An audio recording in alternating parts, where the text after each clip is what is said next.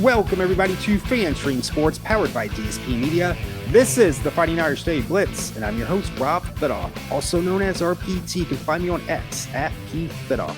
This is episode 122, but first things first, head over to our website at fanstreamsports.com for all additional podcast information. If you have an Apple device or an Android device, please feel free to download the FanStream Sports app and then head over to our Facebook page. Like that page, additional content out there as well. Please feel free to share that with your friends and family. Before I get into the main two topics for this podcast, though, there's some breaking news I just want to go over really quickly. Right before the 2023 football season, Matt Balis, the strength and conditioning coach, resigned pretty much abruptly from the Notre Dame program. He was a great strength and conditioning coach. And it looks like right now Notre Dame is going to hire their next strength and conditioning coach. I believe I'm pronouncing this right, but Lauren Landau. So we shall see whether this is a good hire or not, but they got to hit on this hire is what I'm saying, because that is your coach in the off season. Yes, Marcus Freeman and his assistants are obviously very important during the season, but the strength and conditioning coach sets the tone for the season to get mental toughness, physical toughness, get them ready for the season. They got to really nail this hire, because Matt Balis was a great strength and conditioning coach, and I hope Lauren Landau is too, so we shall see.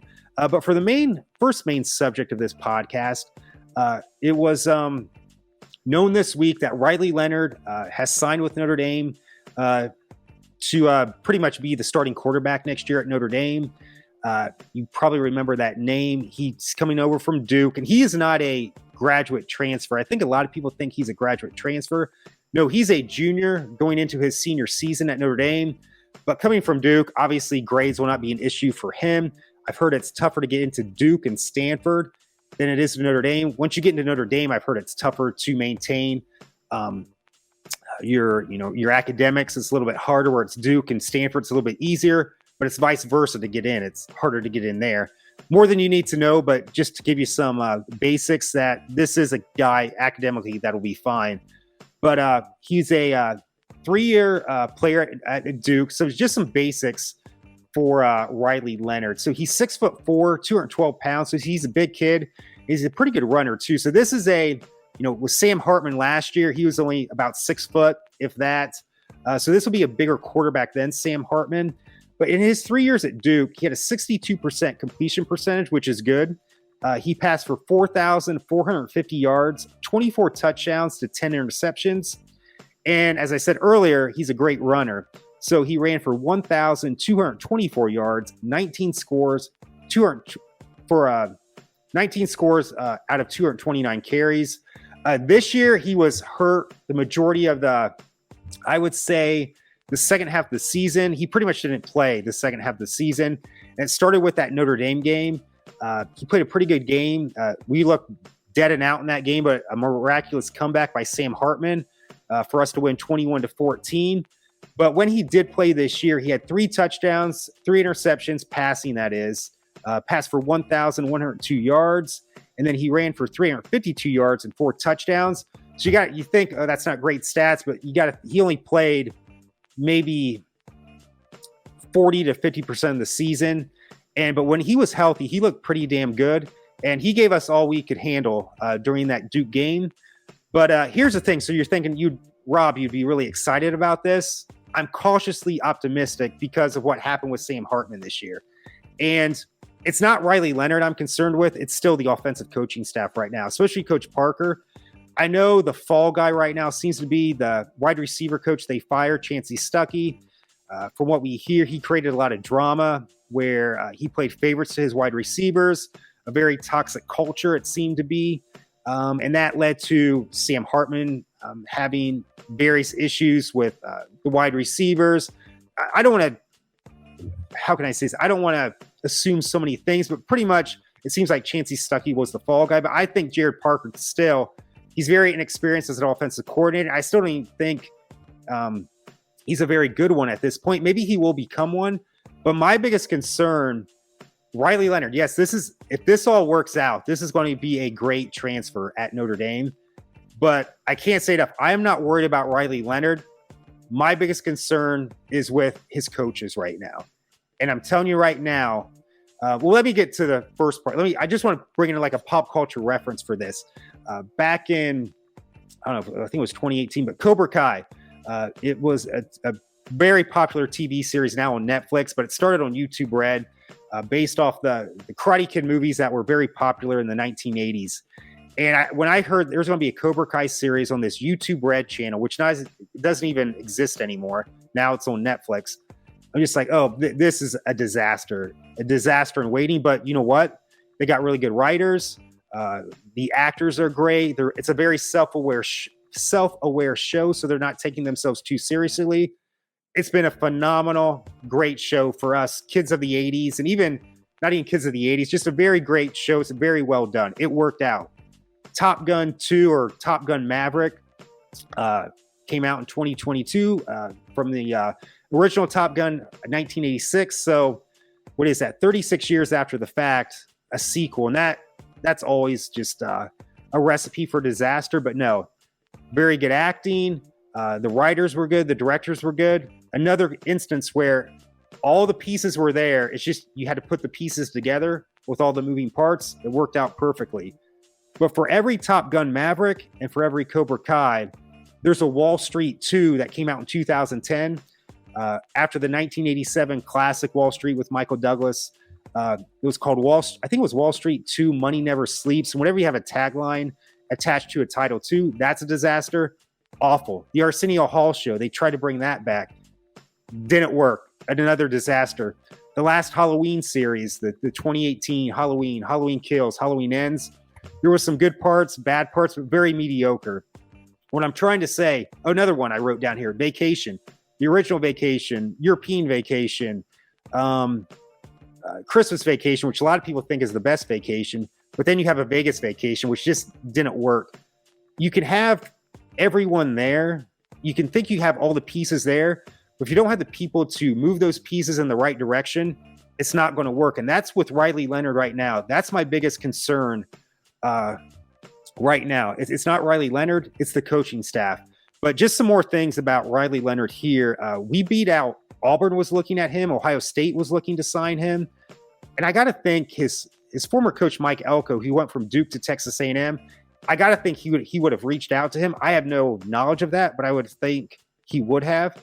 But now with Riley Leonard, we have Riley Leonard, Steve Angeli, CJ Carr, the five-star freshman recruit. He didn't even wait. He's not even going to wait till this Wednesday. He's already on Notre Dame's campus practicing with them for the bowl game. He's not going to play, but that's dedication right there. And then Kenny Minchie. So you got 4, and then also Deuce Knight comes in 2025. Well, let's just say for next year, you got 4 quarterbacks right now. I got to think one of those transfers. Maybe not. We shall see. But maybe Steve Angeli, who I still really like, and who will be starting in the bowl game because Sam Hartman's not playing. I'll get into that a little bit later too. But maybe Steve Angeli's just going to be our Frank Reich. And maybe he's happy with that. For those of you who don't know, Frank Reich was a solid backup in the NFL back in the day when Jim Kelly played for the Buffalo Bills. Jim Kelly, Hall of Famer. But Frank Reich was a great backup, and that's all he ever was. And he was part of the greatest comeback in playoff history when the Bills were down to the Oilers, I think by 31 points. I think it was the 92, the 92 season, but 93 New Year. And he led them back to the greatest playoff win ever. Maybe that's what Steve Angeli is going to be, and he doesn't transfer, and he's our Frank Reich, to be determined. But back to Sam Hartman, he's not going to play in the bowl game, and I don't think he should. Why risk an injury? Even though I don't think he'll be a great NFL quarterback at best, a second or third string quarterback. Why risk it on I don't want to say meaningless bowl game, but a glorified spring game, in my opinion. And I know Marcus Freeman came out to say he was a little bit disappointed that he wasn't going to play in the game, but he has every right to do that. And I was just like, do you blame him? Your offensive coaching staff shit the bed with him this year. Why should he play in a meaningless bowl game, risk injury, risk some money, even though he's made a lot of NIL money, because your coaching staff pretty much ruined him, in my opinion, that is. So I kind of thought that was a little bit of a cheap shot by Marcus Freeman. Whether it was a cheap shot or not, I just think he kind of, I don't think he should have said that. He said, hey, I support his decision, and kind of go from there. What else here? But yeah, Steve Angeli I can't say, and I'll have a bowl preview show at some point. but Steve, or some people call him Steve Peanut Butter and Jelly. Get the little pun right there. But I'm interested to see how Steve Angeli does. We got a lot of players out for that game, but it will be a glorified spring game. But maybe, who knows? We'll see. I'm just trying to see if I want to make. Oh, and also I forgot to mention this about Riley Leonard. He did get an NIL deal, and I'm sure Notre Dame helped set this up. But he signed a deal with Gillette, the razors for shaving. But I find that ironic because this kid looks like he's 12 years old. He doesn't have the big, burly beard that Sam Hartman had. This kid looks very young, but he signed a deal with Gillette, so we'll see how that goes. But more power to him. He's going to a great university, and then also getting a nice little NIL deal with Gillette.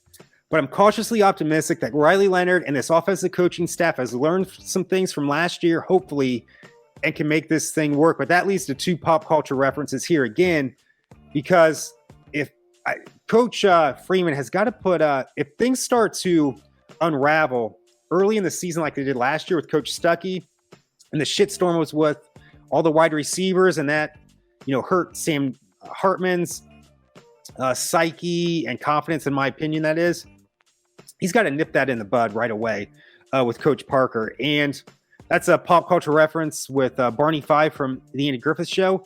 Even further back to the Cobra Kai reference, I remember from the Karate Kid movie when Johnny Lawrence, one of the opening scenes, he goes to one of his Cobra Kai buddies and says, 8 a.m., I'm a senior tomorrow, and I got one chance to make this thing work because it was the first day of school, and that's what I'm going to do, make this thing work. Well, he didn't. He ends up losing his girlfriend to Daniel LaRusso, loses the tournament to Daniel LaRusso.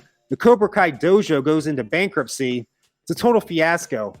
That can't happen with this team. Coach Freeman has got to put him on a short leash, Coach Parker, that is. And if things ain't working right, you better make it work.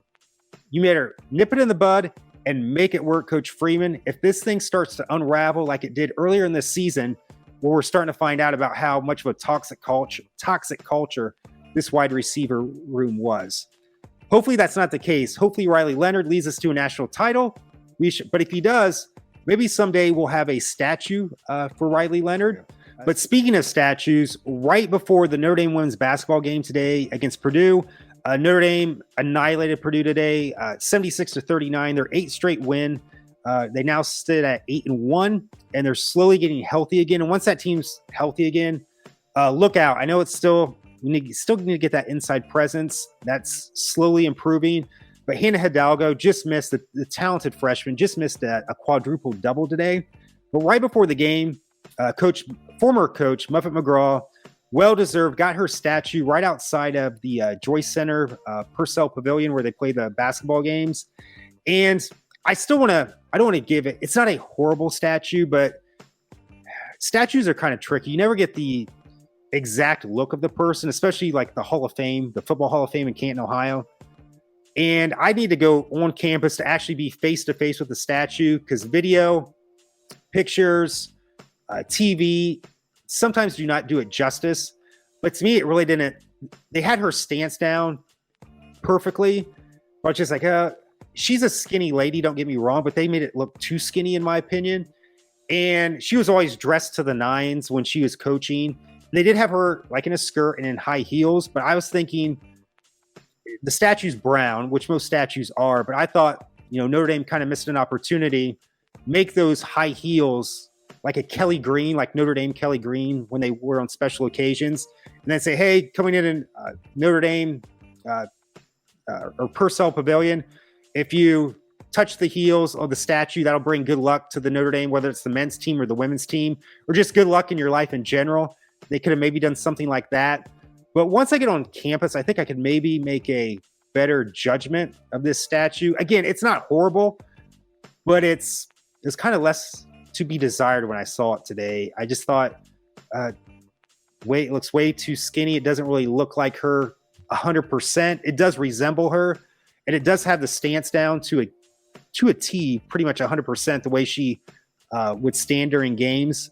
But I thought it was a couple missed opportunities, especially with the heels. I would have made that like I said, a Kelly Green color and say, hey, touch the heels going into the arena, and that'll bring luck to the men or women's team or in your life in general. But that's my idea. They're not going to pay attention to what I think. But just some really quick stats, or not even stats, but her career at Notre Dame, it was awesome. She started at Notre Dame in 1987. Just think about that. That was just 1 year before Coach Holtz came in 1986. And she did not retire until 2020. She was here 33 years and just a year after Coach Holtz came. And that seems like forever ago. Well, it kind of was. But here, just listen to this. 9 Final Fours, 7 championship appearances, 2 national titles in 2001 and 2018. And there wasn't a team called Connecticut and a coach called Gino Auriemma when they were getting a national title every 2 seconds, like the UCLA teams of John Wooden back in the day. I think Coach McGraw has probably at least 5 national titles. And also when they played Baylor with Brittany Griner, one of my few criticisms of her was she didn't have consistently tall teams. When she did, with Ruth Riley in 2001 and Jessica Shepard in 2018, won a national title. And I think especially in 2011 when they lost to Texas A&M, but they had a very tall girl in the middle. We just couldn't compete with that consistently throughout the game. If you have a couple taller girls throughout her career, and if UConn's not UConn when they were just, like I said, winning every 2 seconds, she probably has at least 5 national titles. In any event, though, these 9 Final Fours, 7 championship appearances, 2 national titles. I would just like to see a Final Four in my lifetime with the men's team, which is struggling at the moment, which was expected. But again, this was very well deserved for Coach McGraw. And congratulations to Coach McGraw. And hopefully I get to see that statue sooner than later. Really quick before I end this podcast, I'm not forgetting about the men's team. I just need more of a sample set. I probably want to get to the end of 2023. Hopefully they're 6-6, which is kind of what I expected right now. But at times it is very painful to watch. They lost a heartbreaker yesterday to Georgetown in overtime. I know Georgetown's not like Georgetown of the 80s, but it's still, that would have been a decent win for Notre Dame. But it's just, if you watch the Marquette game last week, it was 21-2 after about 5-6 minutes. But this team is starting from scratch pretty much from last year. And at times, joking aside, I'd rather have diarrhea and be on a bumpy airplane with high turbulence than watch them at times. That's the way the Marquette game was. Yes, rather be on a bumpy airplane with high turbulence and have diarrhea than go through that again. Hopefully that's not as many occurrences that we see that, but this team will improve. I have full faith in Coach Shrewsbury. So thank you so much for joining me for episode 122. And as always, go Irish.